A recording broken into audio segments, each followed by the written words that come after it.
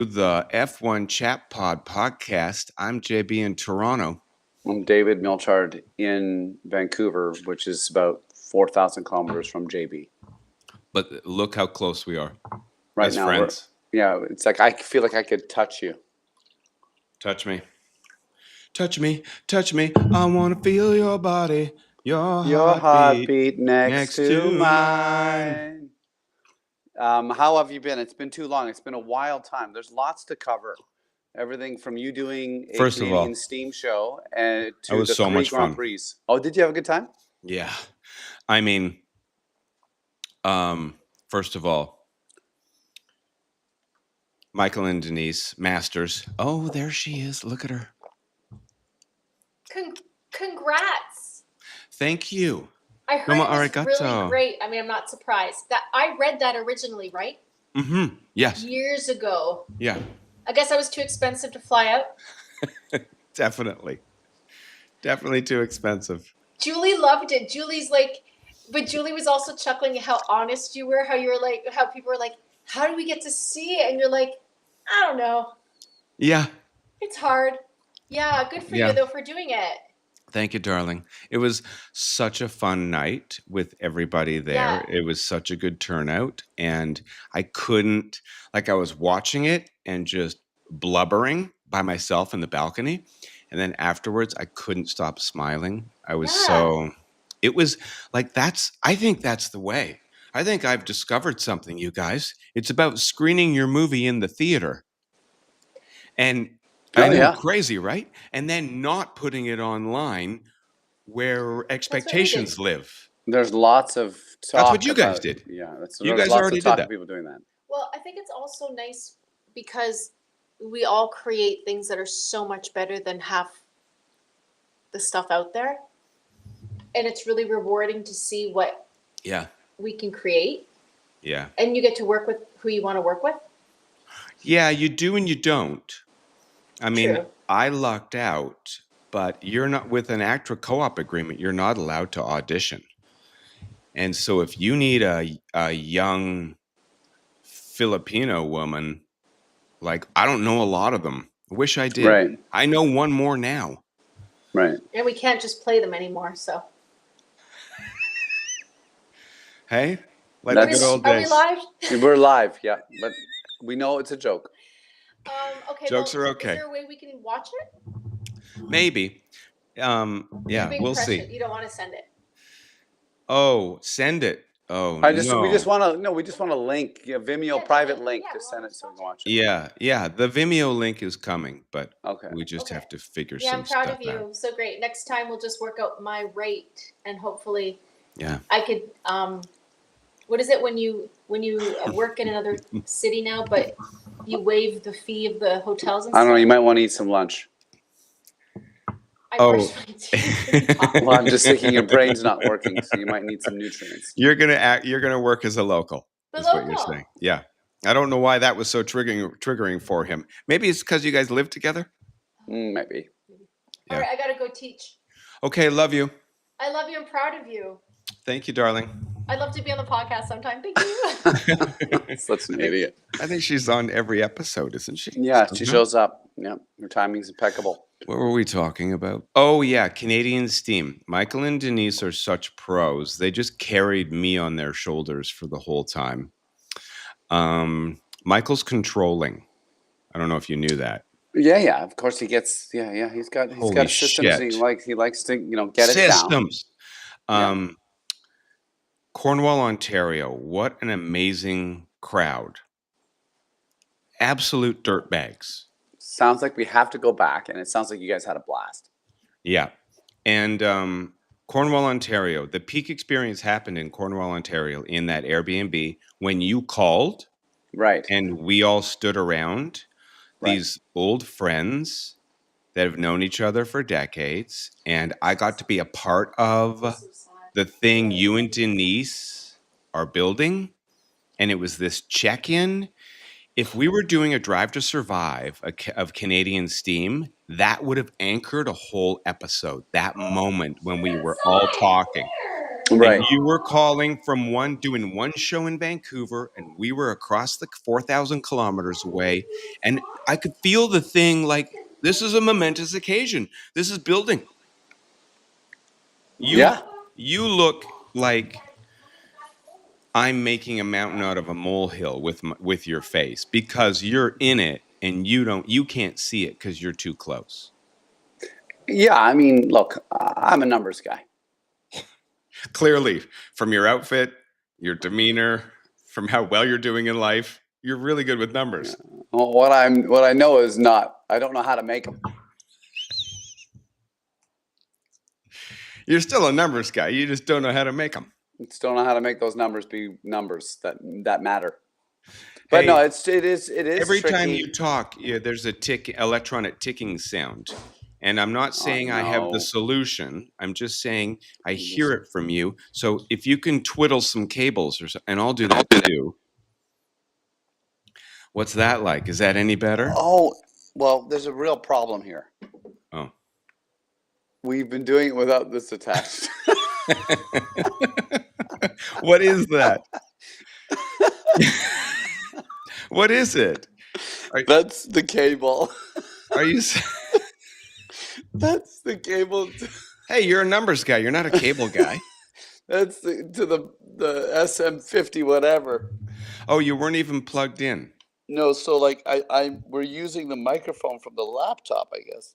Oh, it doesn't sound bad to me. It's probably better. That's pretty funny. You know, if that's any indication of my prowess when it comes to doing stuff. Yeah. Now, can I just switch mics? Like, is it even recording? Can you even hear my voice? Yeah. Hit the microphone button down there. See the arrow, and it'll give you the options. All right. Hey, that sounds way better. Well, God. You know, I noticed something right off the top. You were real quiet, and I should have said something instead of just turning up my volume. Right. Well, you know, it makes for a very good clip. Me realizing that's my true. mic, you know, so that's 8,000 clicks on TikTok or something, probably. Boom, numbers guy. So, anyways, Ottawa, that was dreary. None of the audiences were dreary. They were all into it. But Ottawa, dreary. Like dark, like on the wrong side of town. Cornwall, wrong side of town, but exciting, like we could get knifed. Come on, it's Cornwall. We were in a rough part of Cornwall. Really? I can't wait to go. I'm going again. It sounds like it was a blast. I gotta go. It reminds me of when we did Modesto in California many, many years ago. Oh yeah. Where it was a big event. We were in Modesto, and then everyone was like, "Modesto's a crazy town. You got to be careful." And we were just walking around like idiot Canadians. And when we walked, I was like, "I'm going to walk home tonight." And the security guard who had a handgun, who was off stage at our venue, was like, "No, I'll have to walk you home then." I'm like, "Why?" He goes, "Because it's, you know, Modesto's a pretty dangerous part of town." I'm like, what? So why do you have a handgun? He goes, because that's how security works in America. Yeah, that's not at all Cornwall. I just mean like we were in the blue collar part of town, and I mean I loved it. It like we were touring again. I couldn't, like, I came home and complained for a week, you know, about the because I'm old and fragile, but it was a thrill. Cornwall was a thrill. The venue was crazy. The people running it were sweethearts, but had no idea what was going on with their $10 million worth of gear. And the guy, the opener that Denise said yes to, he was really good. And then Peterborough, we did it to like 75 women who drink wine on during a World Series. Like, it's amazing that you guys got that many people out, and they were so into it. Like there was a hen party there, and like I could have Magic Mike. We could have just turned it into Magic Mike and grind it on their laps, and they would have had the time of their life. Well, again, I've said it over and over, and it doesn't matter. I like the show itself. It's a fun party. It's a good time. We create a good time. People have a good time. It's just people need to know that what we do is a good time, and that's the hardest part. Yeah. Because also the tariffs.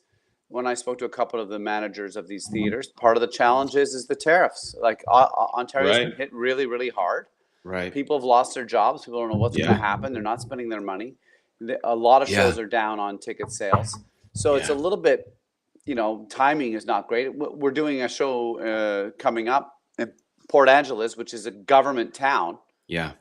in America, and they've had a government shutdown for 38 days or whatever. So our Jesus. ticket sales were impacted by that. So I just feel like the timing has been, we were like, let's go hard this fall. It was the wrong time to go hard for sure.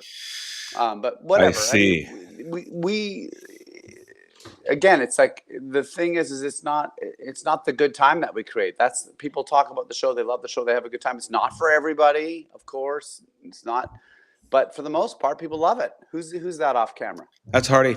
Say hi Hey, to Hardy. Milkbags. I'm a Okay. bag. Hey, how you doing? Find the lens, bud. Yeah, there you go. You can't hear me. No. Can't hear me.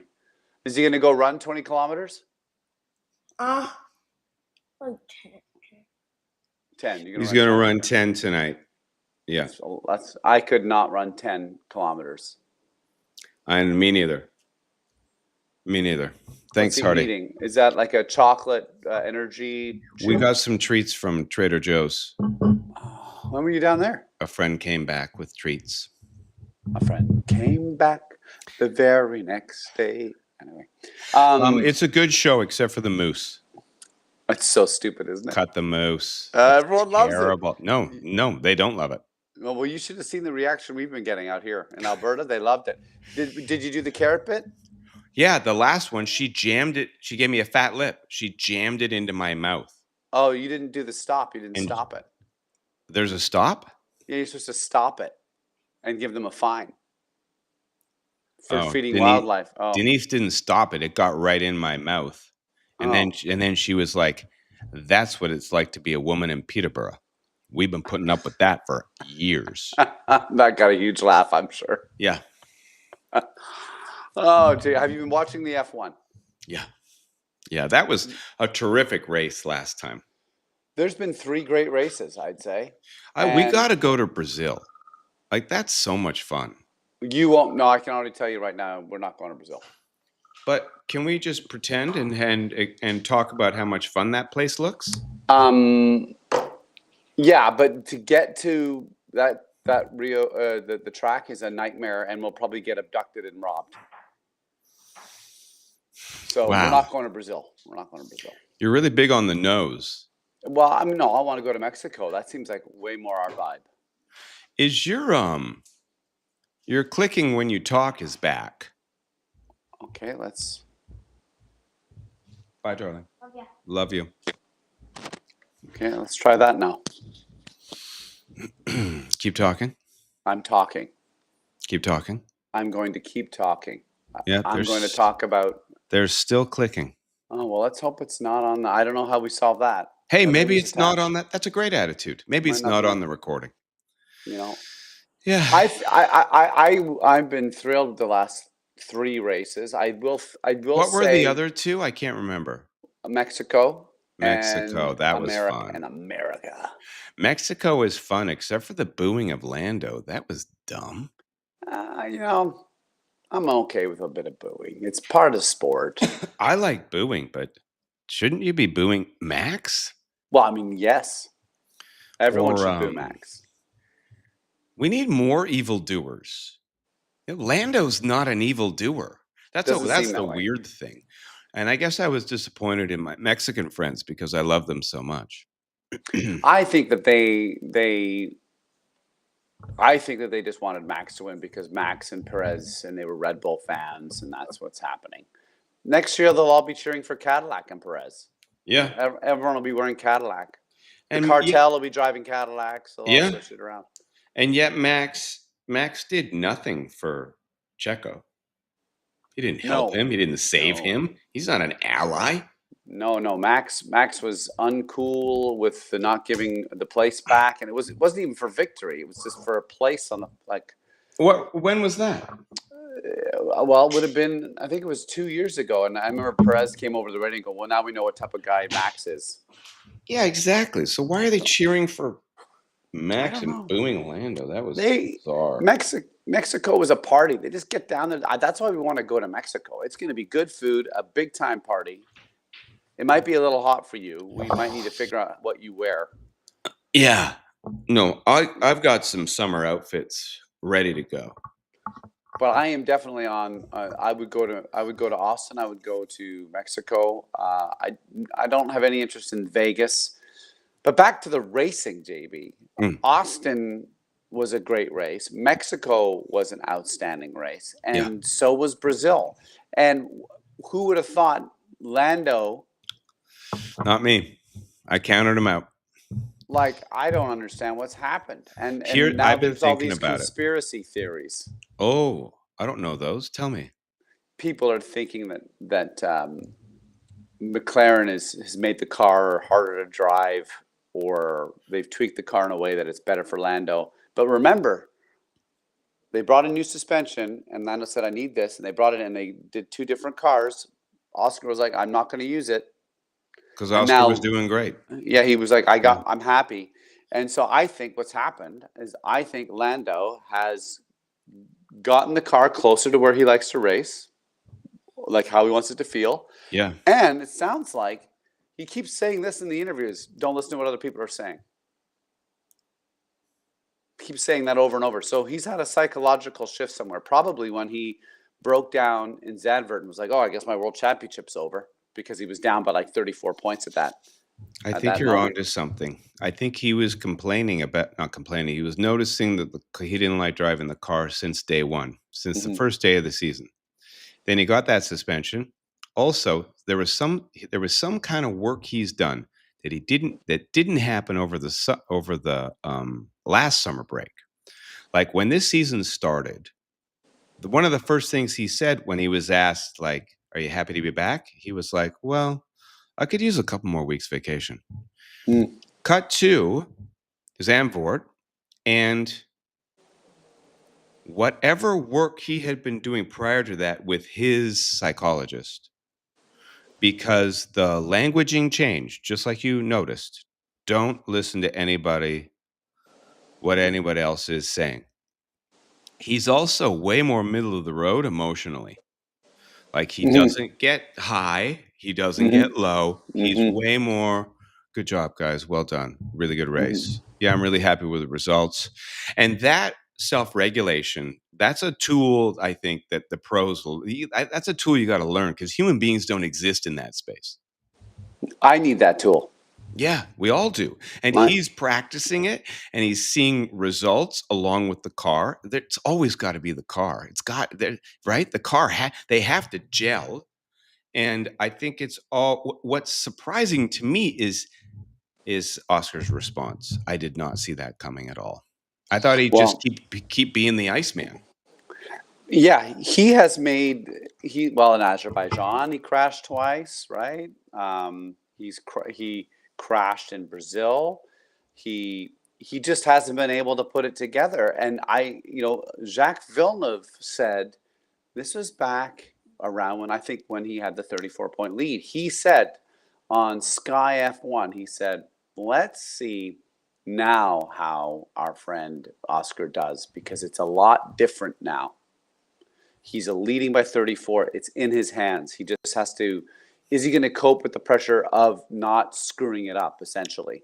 Of being chased rather than being the chaser." And I think for Lando, it turned out to be better. Now, here's what I think is going to happen. My prediction is Oscar outperforms Lando in Vegas, for sure. And why for sure? Because I think that track doesn't lend itself, if I remember correctly, I don't think it lends itself to Lando. Plus, it's going to be cold, which means that probably Max will win that race. That's my thought. I think Max will end up winning that race. But I think Oscar will outperform Lando. And then I think Qatar will be that'll be it. Like, really all Lando needs to do now is just make sure he finishes second or third. Stay out of trouble. Yeah. What about George in Vegas? Oh, George could be good. I mean, listen, we want him to have a good race because him and Max and Kimmy, but him Max. and a Russell Max battle in Vegas, I think right now would be fantastic because I think that Russell will have a point to prove with Max. Like if Max were to act like a Max does, which is I'm going to drive you off the road, I think Russell's not going to stand for it. That's what I want to happen. Oscar's, speaking of 10-point penalties, Oscar's 10-point penalty in 10 seconds. 10-second penalty in Brazil. No one ever. All I think about is Max running George off the road in. I know it's absurd. If that was a 10 seconds, I know if that was a 10-second penalty, and no one talks about it. If that was a 10-second penalty, what the heck is Max's penalty? It should be 50 seconds. I know. When people talk about consistency and the stewards and their volunteer, and it's terrible. I mean, but tell me this: is it not just part of it? Black and white and never right. Like it's in every sport. It's the same thing. You always make fun of the ref because they have the hardest. Well, yeah, you're right. You're right. But I think in Formula One, what I don't understand, and it must be the powers that be that want to have it be like this, is that there is a way to penalize these drivers in a way that is logical. Like the 10-second penalty to Oscar wasn't logical to me because it was a restart of the race, right? They were like, oh, well, he made Leclerc get knocked out of the race. Well, I can understand why they want there to be some punishment. But it's not like Oscar drove somebody off the track. Like it's not like it wasn't like I'm going to drive. He was racing. He was racing. So did he lose control of the car? Yes. Could Kimmy? Yes. So I don't know why it was 10. They make it 5 seconds. But what they did was they robbed us of probably a better race. I mean, maybe Lando still would have won. Now the championship is also weaker, so we're robbed of that. Yeah. Right? Because he would have finished second or third. You know what I loved that I learned watching the World Series is a base ump can make a call, and then the team can challenge. The other team can challenge, and then the replay happens, and the powers that be in New York or wherever make the deciding. And it was really satisfying because you would get what's difficult on the field can be made easier with technology and with a voice of reason elsewhere. Mm-hmm. And is there something analogous to that can be like when a steward makes a call? Can there be some other governing body that goes, let's just weigh in here and see what's up? Well, I think the only way you do it is you do it after the fact. So you have to penalize them for the next race or something. Because the problem, like the great thing about football or baseball is you can stop. Yeah. All right, let's figure it out. Let's get it right. Yeah. Formula One is going and going and going. So except they slow the race down all the time. Mm-hmm. So if you're gonna have another where everything gets super boring all of a sudden, everyone gets stacked up again behind a virtual safety car or whatnot, how about then? Mm-hmm. Could you do it then? Maybe you could. Maybe that's a good idea. You add. Okay, we have a yellow car now. We've had time to review. We're going to drop you 3 positions because of that incident. Yeah. It's better to have it happen within the event for sure. Yes. Because then that race is its own race, and your decisions and repercussions are within the one race. Mm-hmm. But then you have something like that's why the max penalty on Russell was so dumb. He should have just been sent to the back of the pack. Mm-hmm. That's it. You're black flagged. You're out of the race. You're gone, or you're at the back of the pack. Yeah, back of the pack isn't enough for Max. He'd still make it. He's still podium. Yeah. He'd probably just drive into 5 other cars too. Yeah, to get there. I think there's a way for them to be more consistent and give better framework. And I think they need a team of people watching, because you could also have a bunch of people back at some home base that are watching the events they all get on it and they help the stewards at the track. You know what I mean? Like they could do that. Like, Yeah. and those 12 people are always consistent because they're Yes, that's whatever a they've been great elected. idea. Yeah. And then there's 5 people at the Elected, the FIA yeah. running more elections. Yeah, they're doing really good.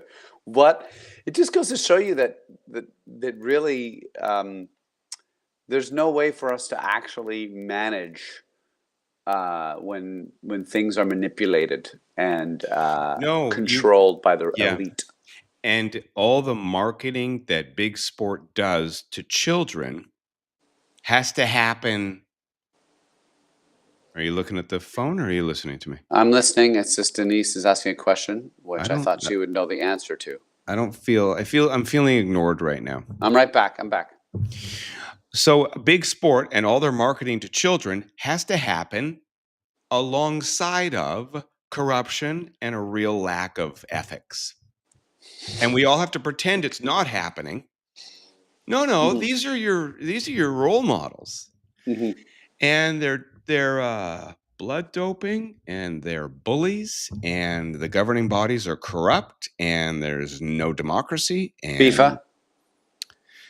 Yeah, name any of them that are Olympic on the IOC, when whatever. there's that much money involved, this apparently is the way it goes. And I'm not here to tell anyone that I would do it differently. I would. I think you're a liar. No, I would be better. Would you? Yep.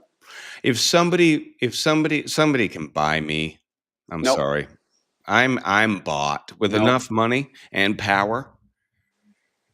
No, I don't understand. I like it when it's fair and just, and that's why I get so outraged with everything. I think it can be fair as long as the playing field is level. Like, as I've said before, let everybody dope. Let steroids. Everybody do steroids. And let everybody I like it when they try and work around the regulations. But maybe There's we so have many to go regulations now. You can't do shit anymore. But what I if gotta check the chicken soon. Okay, all right. What if maybe it's before this? Like maybe we got to go to what makes us tick, psychology. Maybe we have to help people be like, I don't have to win at all costs. I want to win the right way. And we develop that psychology. I want to make $1 billion the right way, ethically. Maybe we have to start with our psychology first. So we have to educate and we have to nurture and we have to create values and integrity that people want to live by. Right now, what it seems like is it's like, you're successful if you have lots of money. How you get there doesn't matter. Max would be a perfect example of a sporting figure who's like, I don't care. I've won the world championship. I'll do whatever it takes. I don't need to win it in a clean way. That's why the Oscar, McLaren, and Lando Norris potential with the outcome of either one of those two drivers winning the world championship, I actually think they've done the best job. Everyone's complaining about the papaya rules and blah, blah, blah, blah, blah. No, they said that they were going to focus on the Constructors' Championship first. That was their number one priority, and they won it. And then they said they want to keep it as fair as possible between the two drivers. And you can argue what might not be fair, whatever, blah, blah, blah. But overall, that is the best. They've done it the best. But weren't you annoyed with papaya rules throughout the year? You were. Come on. I was. I know. I'm going to be. I think unless we go back and see where I've lied, and I'm lying right now, maybe. But I think overall, I haven't been that perturbed by the papaya rules. Perturbed, perhaps, by maybe they're getting like it makes them look weak, or it makes them like maybe not be divisive in terms of strategies. Maybe that's a problem with the papaya rules. But look, they're going to win the world championship. Knock on wood, one of their drivers wins it. And probably that's the case. So everyone can shut up. Let's go to a commercial break while I check the chicken. Okay. What should I do during that? Should I try and do work or something, or should I talk? Why don't I talk about the Las Vegas Grand Prix, where I think that there's a strong chance we're going to have a red flag. We have to stop the race and restart the race. I don't know who's going to cause that accident, but I think there's going to be a red flag. Second, I think what we are going to see is we might see a surprise win. Now, Russell being a surprise winner doesn't sound like a surprise because he's already won a race, but him winning would be would be quite significant. I'm also interested to throw money down. I'm not going to bet on Kimi Antonelli because he seems to do well on tracks that he's never seen before. So my prediction there is that Kimi actually has a really good race. Probably finishes on the podium again. Regards to the title battle, I think Lando and Oscar will be much closer in terms of pace. I think Oscar will have more pace, and I think Oscar will probably finish ahead of Lando. How much by? I don't know. I don't think either of them wins the race, though. I think that's probably a max, and a fingers crossed for George Russell.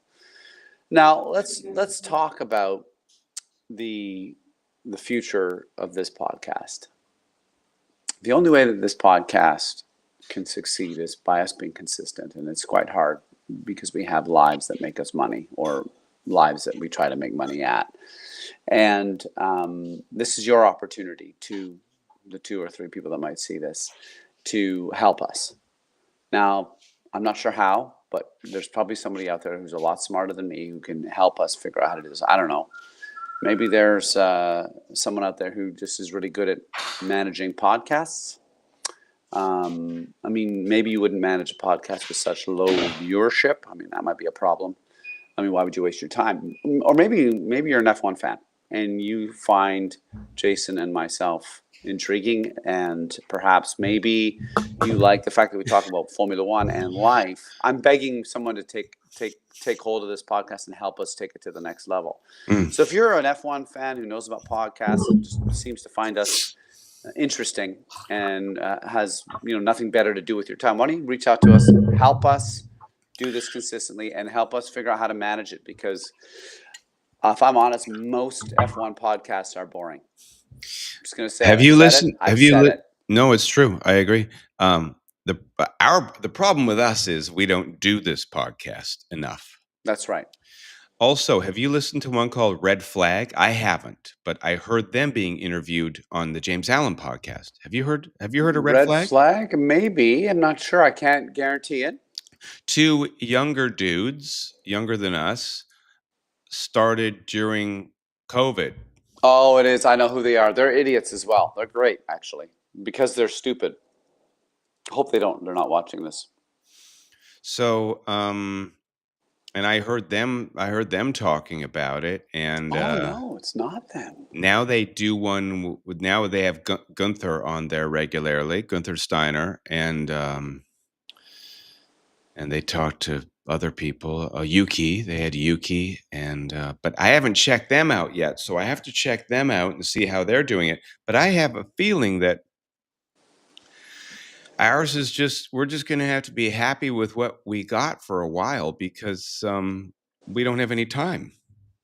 Yeah, we definitely need to be more consistent, and we've said that, so there's nothing more to be said other than be more consistent. And also, maybe we need a bit more structure, I mean, let's face it, a lot of these podcasts are based on, I think, basically 3 things. They interview someone who's part of F1. Yeah. Right? Or they interview somebody that's affiliated F1 or is a celebrity or just likes F1, something like that, right? Yeah. And then the other thing is that they talk more about the race, they make predictions, and that's basically it. Yeah. One of our podcasts could be like which livery or livery, I don't know how to say it. It's do livery. we like the most? And we do a top 10 of our favorite liveries in F1. And yeah. But I don't want to do that. Me neither. I'll talk about livery. I like segments, but if they're the same as all the other ones, what's the point? What's the point of making predictions? There's no point.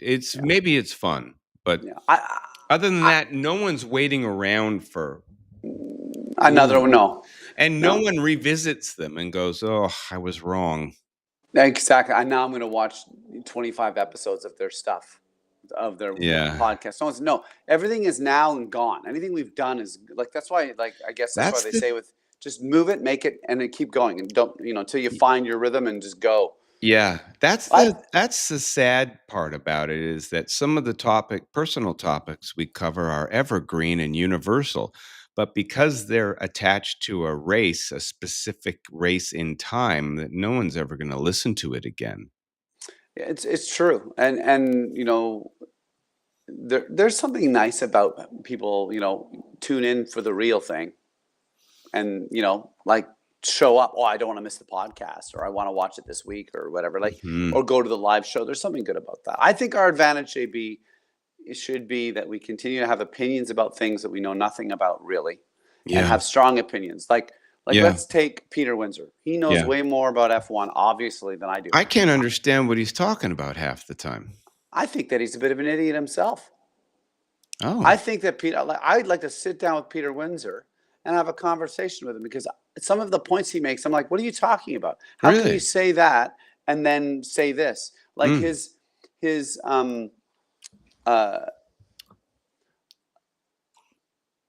Lando Norris destroyed everyone in Brazil.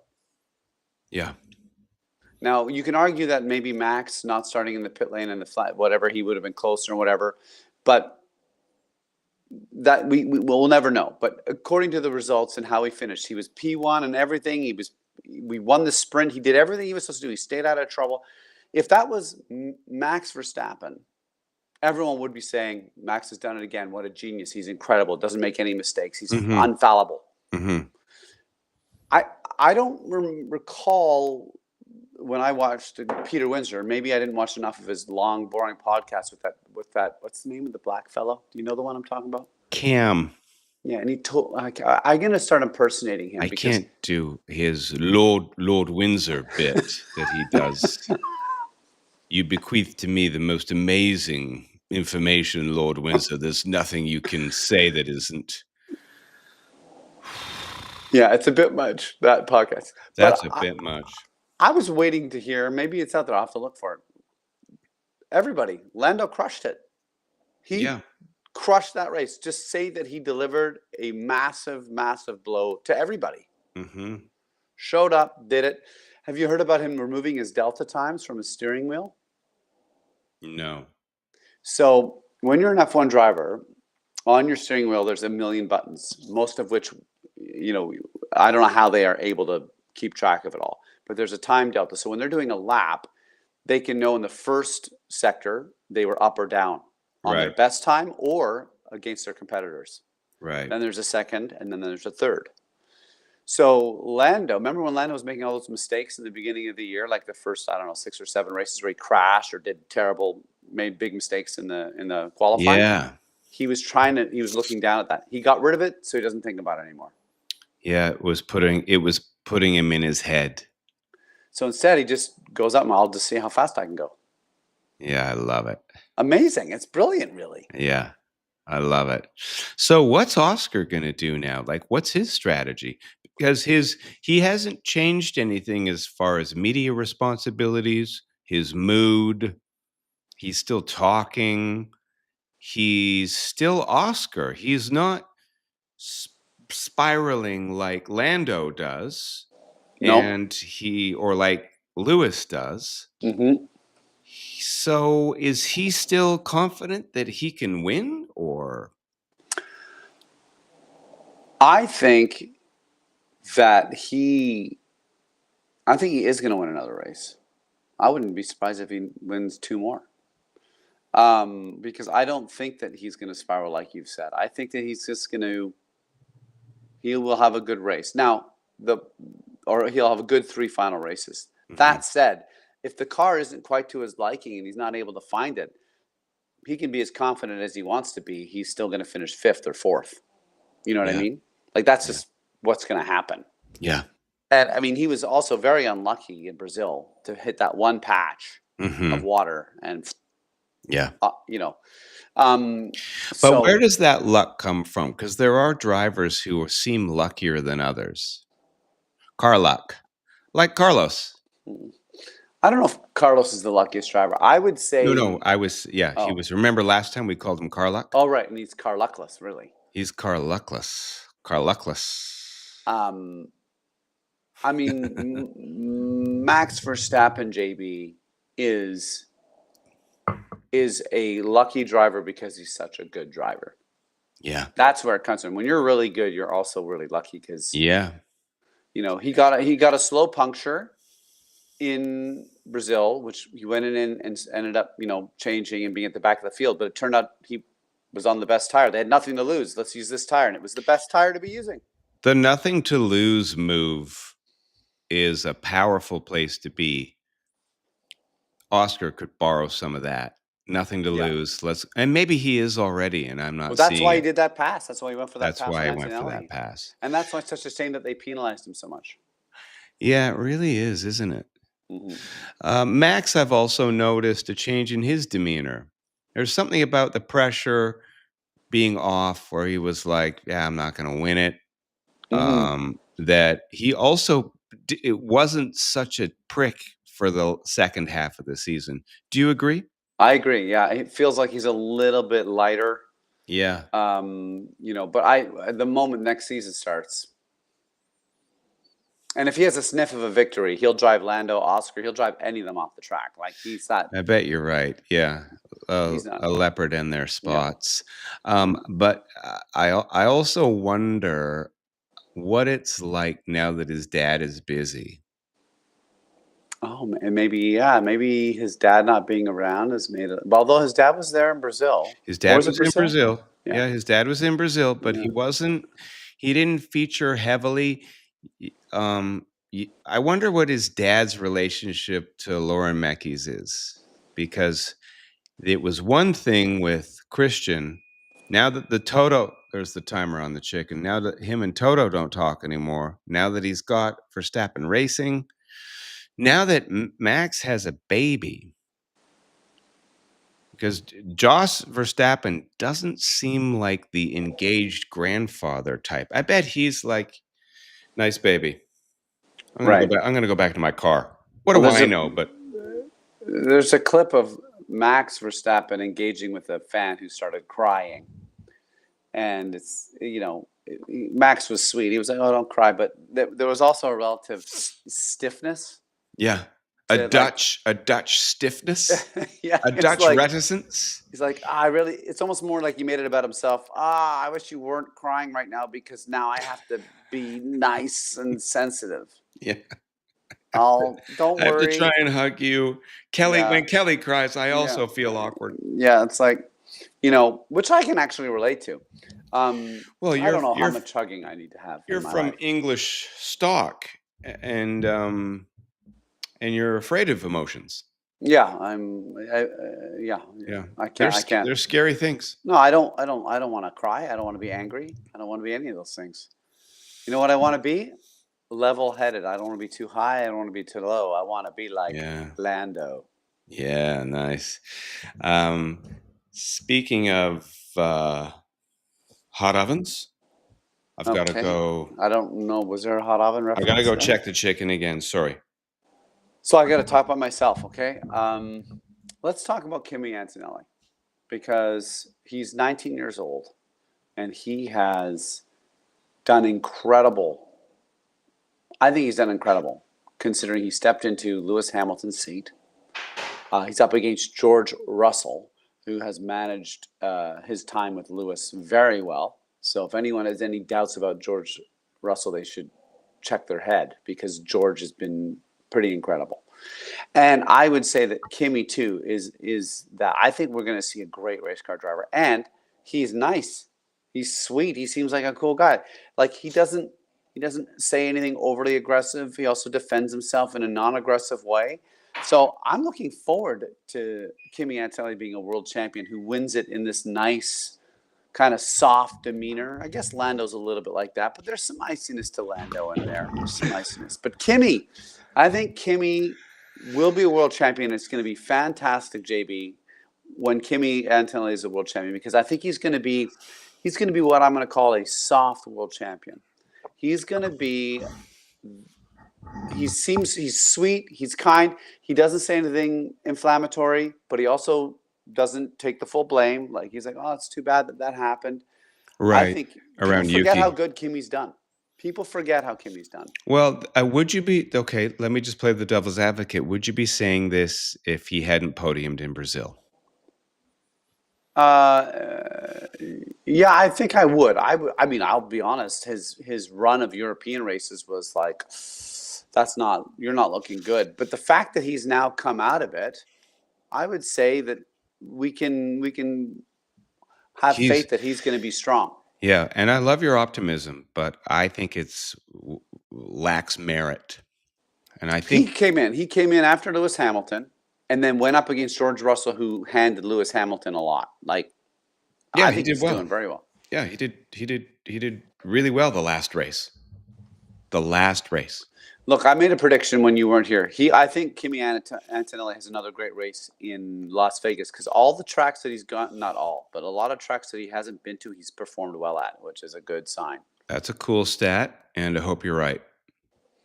Speaking of me being right, Yeah, what were talk we to me. talking about earlier before we had the podcast? We were talking about like how I don't want to be texted links. Right. I can't text you a link.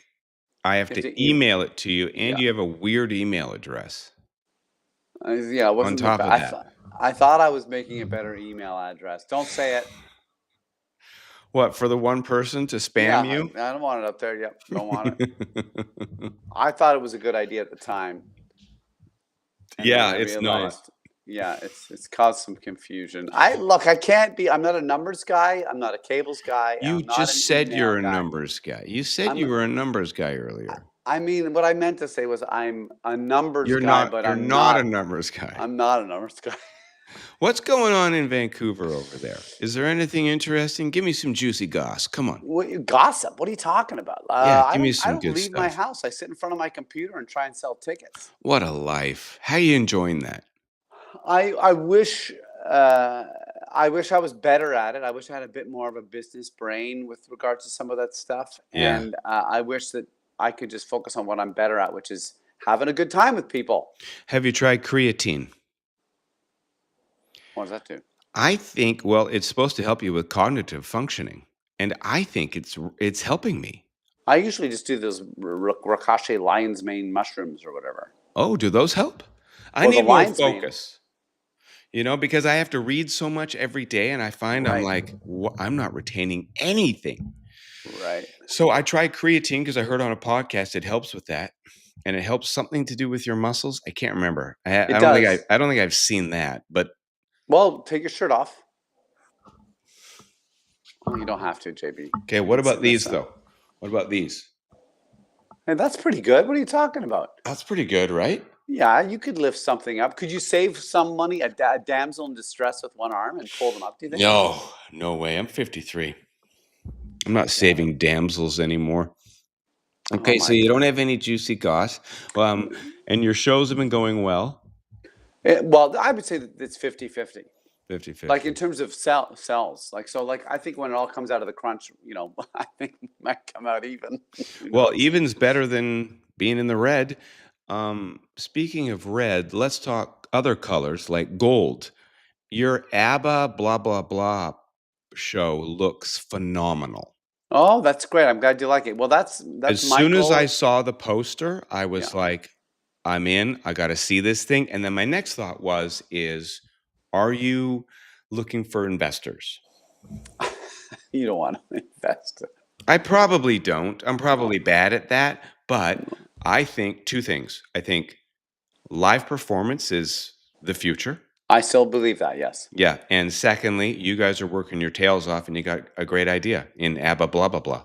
Yeah, look, I think Apple blah blah blah should serve well.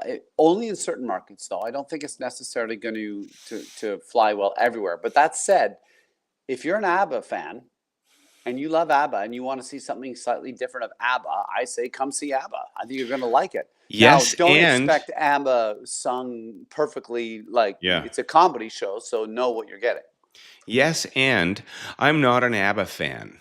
Like I know ABBA, I like ABBA, but I'm not looking around for ABBA tribute bands or biopics. But I saw your photo and I wanted in. So don't Interesting. discount the audience that knows ABBA and thinks Right.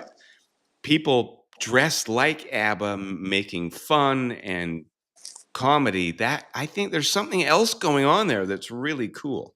Yeah, yeah, there might be.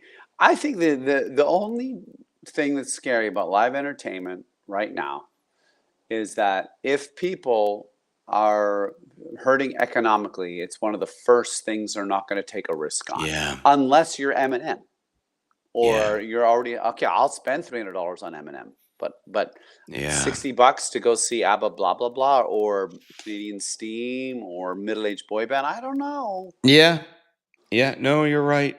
When you're I right, you're don't. right. Things are tough all over, and they didn't have to be. That's the weirdest thing. It's more unforced errors by the Orange Emperor and others. Yeah, I would say it's a lot of others allowing it to happen, right? Like, Well, yeah, seriously. Is this the only tool we have to fight inflation is by making JB sell his house and kill the middle class? That's your only fucking There's tool? no other way to create an economic highway for more people to get on. Speaking of which, the CRA is now telling me that last year the $37.50 a month I paid for my house, the rental, they say that that's unsubstantiated, and they don't believe me. So they keep coming after. They're also clawing my CERB back. They keep coming after a single that dad. I'm expecting. Yeah, a single dad who's unemployed, who's going back to school, and I'm like, are you doing this to the people with legal teams and a flight of tax accountants and tax lawyers, or are you just going after people who are like barely surviving? How are you claiming your $37.50? Like, I don't understand. Like, what are they? How can they deny a mortgage payment? It's not a mortgage, it's rent, and there was no lease agreement. And they're saying we need to see the lease agreement, or it didn't exist. Oh. Anyways, well, I have an answer. I have a solution for that after. I'll tell you later what that is. Okay, great. I need that. I need to go and eat the dinner that's getting cold. Okay. Well, listen. Let's try and do one of these. Oh, I'm going to see you on Sunday. Really? Well, a week Sunday. Great. We're staying at your house. Yes. Yeah. Okay. Yeah. Sunday and a week Sunday are different. They are. Yeah. Yeah. I'm busy this Sunday. I'm ready to receive you next Sunday. What time will you be here? I'll take a look at. We're taking the train and to downtown, so I'm not sure From what where? makes sense from Ottawa. Oh, you're taking the train to Union Station? Yeah. Great. And then you take the go or the up from Union to Bloor Station, and then I'll pick you up there. Okay, and then I'll just figure out if it makes sense to go because I'm doing the Comedy Bar West. Yeah, I live very close to that. Okay, copy.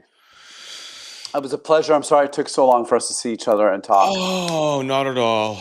And good night, and I'll talk to you soon. As they say, that famous correspondent said, "Good night and good luck." Who was that? Edward Morrow Jr. I don't know, but someone said it. Ed Morrow. Yeah. Good night and good luck. And I don't know if he was a junior, actually. Anyways. I like it. Good night. I wish you peaceful days in the meantime. That's my new thing. Okay. All right. As a therapist, I've been practicing that in therapy. I wish you peaceful days in the meantime. I wish you sunny feelings. That's nice. I wish you sunny feelings. Okay. Yeah. And that's also going to be my new music act name, Sunny Feelings. Okay. Talk to you later.